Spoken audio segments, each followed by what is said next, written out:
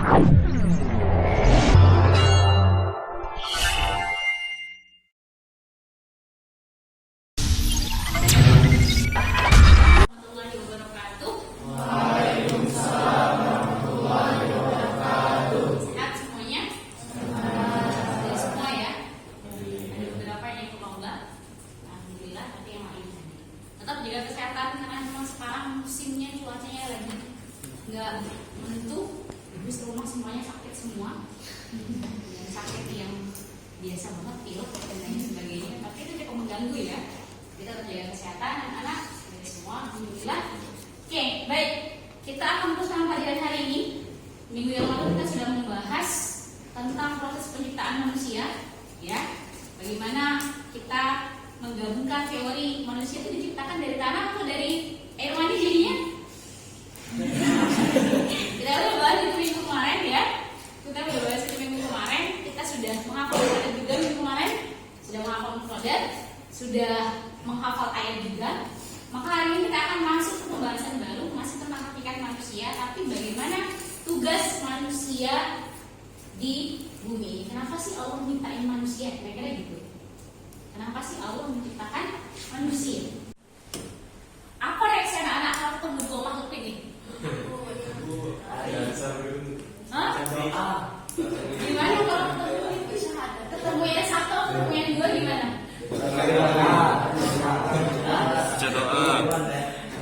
Kalau ketemu terkait ini, kalau kamu bisa kasih poin sehari-hari, berapa poin yang kamu kasih untuk ibadah kamu sehari-hari? Gaskan. Berapa poin untuk ibadah kamu sehari-hari? Tergantung skalanya berapa? 1 sampai 10? 7 sampai 8. Oke. Nah, Ailia, berapa poin yang kamu kasih untuk ibadah kamu sehari-hari? 7. Apa nih? Dava? Berapa nilai ibadah kamu sehari-hari? Salatnya, ngajinya, segala macam? 7 sampai 8. Makanya apa sih kelebihan kita? Allah milik kita. Kemarin sudah kita belajar. Apa sih kelebihan kita manusia? Allah milik kita sebagai khalifah, sebagai makhluk yang paling sempurna. Itu akan kita pelajari hari ini. Oke. Tujuan pertama Allah menciptakan manusia pertama untuk beribadah.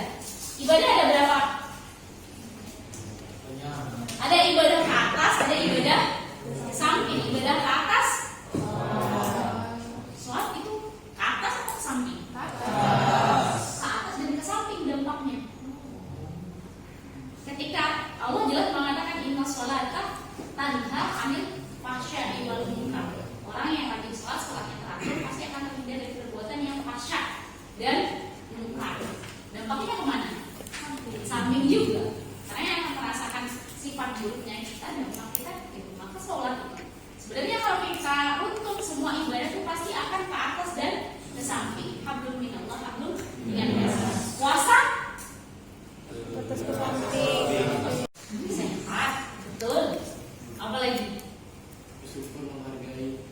Bersyukur, menghargai, lebih peka terhadap orang yang di sekitar. Itu kan dampaknya ke samping. Zakat apa lagi? Jelas ke samping. Maka seyogyanya semua ibadah itu tidak hanya hablum minallah, tapi juga hablum minannas secara filosofi. Maka pertama adalah tujuan ciptaannya mengabdi kepada Allah, karena semua ibadah itu hakikatnya ke atas dan ke samping.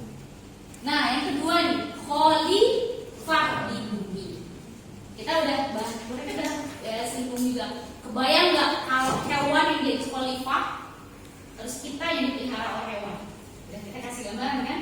Kita yang diikat di rantai, dibawa jalan di taman-taman sama anjing gitu kan? Kita yang rangkap-rangkap, kan nggak lucu. Tapi kenapa sih manusia? Padahal jelas kata Allah, "May yusir fiha wa yasfikun dima." Kita yang merusak bumi, dirusak oleh siapa? Kita juga. Wa yasfikun dima, pertumpahan darah segala macam oleh kita juga. Jadi apa sih tujuan Allah menciptakan kita? Apa sih hebatnya kita Nih, kalau mau cerita ada surat nanti. Inna Allah itu sebenarnya nitipin bumi bukan sama kita manusia. Awalnya bukan kita yang khalifah. Inna aradnal amanata 'alas samawati wal ard. Allah itu nitipin bumi, langit, bumi, malaikat, tapi mereka fa'abaina kata Allah. Mereka tuh nggak sanggup Tuhan.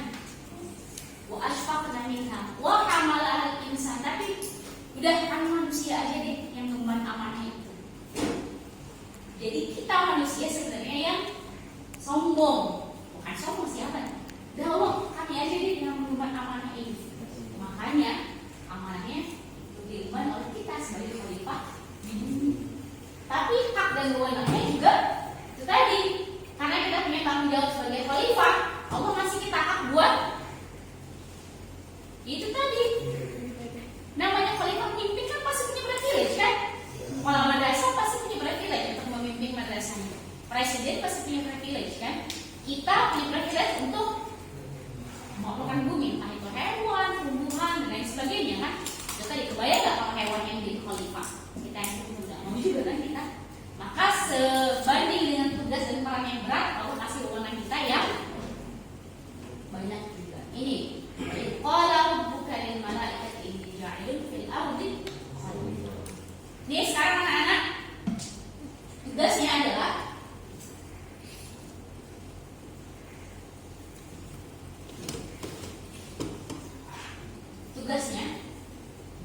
pertama gambar tentang apa? Nah, ini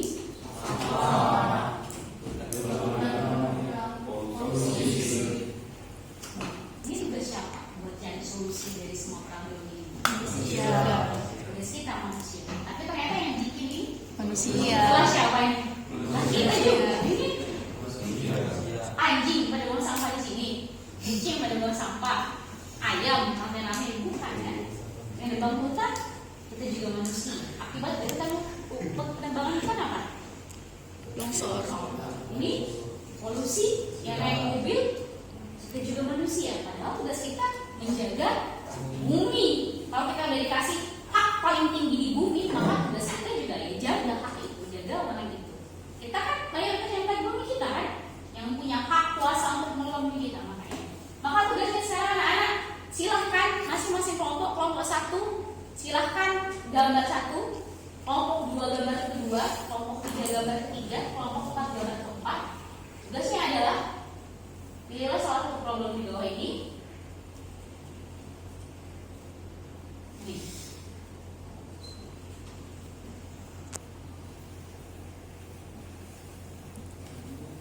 Oke. Analisis problem sosialnya yang terjadi. Banyak, jelas sebabnya apa? Ya, kebakaran hutan sebabnya apa? Terus perannya kita manusia itu apa? Peran dalam menimbulkan atau bagaimana peran kita manusia terhadap problem yang anak-anak bahas tadi? Dampaknya apa? Problem tadi.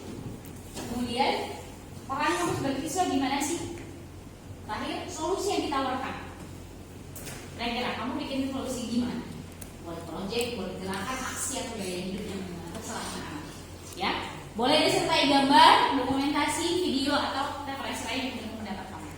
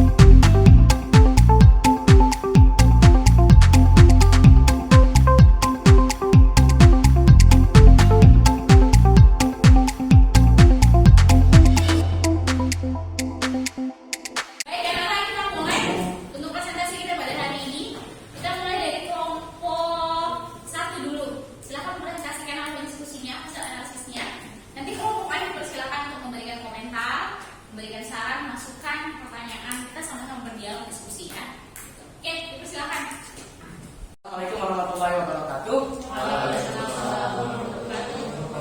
Di sini kami sendiri dari kelompok 3 nih. Kami ingin menjelaskan tentang penerbangan hutan secara liar. Di mana tadi dikasih gambar, dikasih tugas oleh Ustaz Febrian untuk menjelaskan apa dampak dan peran-peran dari manusia itu sendiri tentang penerbangan hutan secara liar. Ini bakal dijelasin oleh teman kita Egi. Pembunuhan hutan secara liar atau bisa disingkat deforestasi. Ini adalah penebangan liar untuk membuka lahan atau membuat kayu secara ilegal. Faktor alam seperti iklim dan cuaca yang dapat memicu kebakaran hutan dan tingkat tingginya kebutuhan manusia akan kertas. Nah, ini dapat menekan. Nah, bila kita analisis di dunia itu pemenuhannya itu pada saat ini masih sekitar 30% daratan di permukaan bumi yang masih ditutupi oleh hutan. Penyempitan luas hutan pada hutan terjadi pada tingkat yang sangat mengkhawatirkan. Diperkirakan penggunaan hutan di dunia mencapai 12-15 juta hektar hutan lenyap dari muka bumi. Sedangkan kalau di Indonesia, perlu kita tahu, Indonesia adalah negara Serta kita sebagai siswa itu sendiri, jadi manusia itu sendiri kan mengambil semua peranan itu, peranan sebagai pelaku, peranan sebagai korban itu sendiri. Jadi sebagai pelaku harusnya kita bertanggung jawab dalam melaksanakan apa yang telah kita lakukan. Jadinya kalau kita sebagai siswa sekarang, posisi kita jadi sebagai siswa, di mana kita itu sendiri kan masih belum ada hak otoritas untuk turun langsung ke lapangan masalah deportasi. Tidak mungkin kita berhentiin kayak perusahaan besar untuk memberhentikan secara langsung. Nah, jadi dari situ, di mana kita yang masih muda ini memiliki semangat yang menggebu-gebu dan juga memiliki pemikiran yang makin berkembang gitu loh. Jadi kita dapat mengembangkan mungkin inovasi-inovasi baru seperti halnya proyek-proyek baru yang dapat dilakukan, dan juga kita sekarang kan sebagai generasi Z masuknya sering megang ke media sosial. Nah, di media sosial itu sendiri kita dapat mengkampanyekan suara-suara kita sebagai manusia itu sendiri. Oke.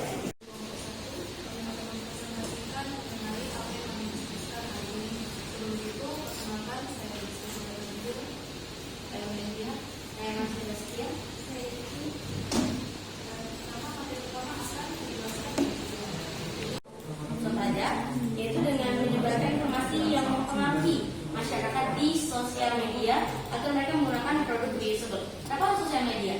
Karena yang paling berpengaruh untuk masalah sampah ini adalah orang-orang yang usia produktif, jadi umur sekitar 15 sampai 35 tahun, di mana di umur segitu banyak orang-orang tuh kebanyakan bergantung pada sosial media. Jadi seperti kita bahas pada periode sebelumnya, kalau generasi muda itu yang paling bisa mempengaruhi orang lain dan mudah sekali dipengaruhi. Pada itu, karena mereka banyak menggunakan sosial media, kita bisa menggunakan sosial media sebagai sarana bagi kita untuk mempengaruhi mereka untuk menggunakan barang-barang yang tersebut. Perkenalkan, nama saya Sudirman Sisinya dari kelompok Kelurahan. Dan terima kasih dengan saya bertanya, kira-kira bagaimana cara menimbulkan kesadaran manusia dalam tidak membuang sampah sembarangan dan dalam lingkup asrama manusia. Ya, sebenarnya kami sudah lebih dahulu. Terima kasih. Apakah ada yang ingin bertanya lagi? Presentasi yang sudah kita diskusi, yang sudah kita laksanakan hari ini, ya. Sebelum kita akhiri, apa yang bisa anak-anak tangkap dari diskusi kita hari ini? Kelompok 1. Bagaimana kita menyeimbangkan antara tugas kita sebagai qualified, tidak hanya mengambil hak, namun juga menjalankan kewajiban dan wewenang tanggung jawab kita sebagai apa tugas paling penting peran kita sebagai qualified? Menjaga dan memakmurkan kelestarian bumi. Di antaranya adalah kelompok 1, apa solusi yang ditawarkan? Bijak dalam menggunakan api. Oke, bijak dalam menggunakan api dan sebagainya. Kelompok ini apa solusi yang ditawarkan tadi? Menggunakan barang-barang yang reusable. Kelompok 3, reboisasi. Oke, good. Kelompok terakhir, menggunakan transportasi umum. menggunakan transportasi umum untuk mengurangi polusi. Jadi itu anak-anak, ya. Apa yang kita pelajari hari ini mudah-mudahan bisa kita terapkan nilai-nilainya, bagaimana kita sudah anak-anak sudah menyadari peran fungsinya sebagai kita dalam lingkup terkecil sebagai siswa, gimana bisa oke untuk sama-sama, tidak hanya kalau kita sudah bisa bertanggung jawab terhadap diri kita sendiri, mudah-mudahan kita juga bisa sadar akan perannya sebagai khalifah di muka bumi. Oke, minggu depan kita akan masuk di pertemuan terakhir di bab ini. Kita akan evaluasi, ya. Kita akan mengadakan penilaian harian. Jadi mohon dipersiapkan, ya. Minggu depan kita akan PH di bab 1, ya, bab 1. Oke, terima kasih. Kita tutup hari ini dengan bersama-sama membaca lafaz hamdalah. Alhamdulillah. Wassalamualaikum warahmatullahi wabarakatuh. Waalaikumsalam.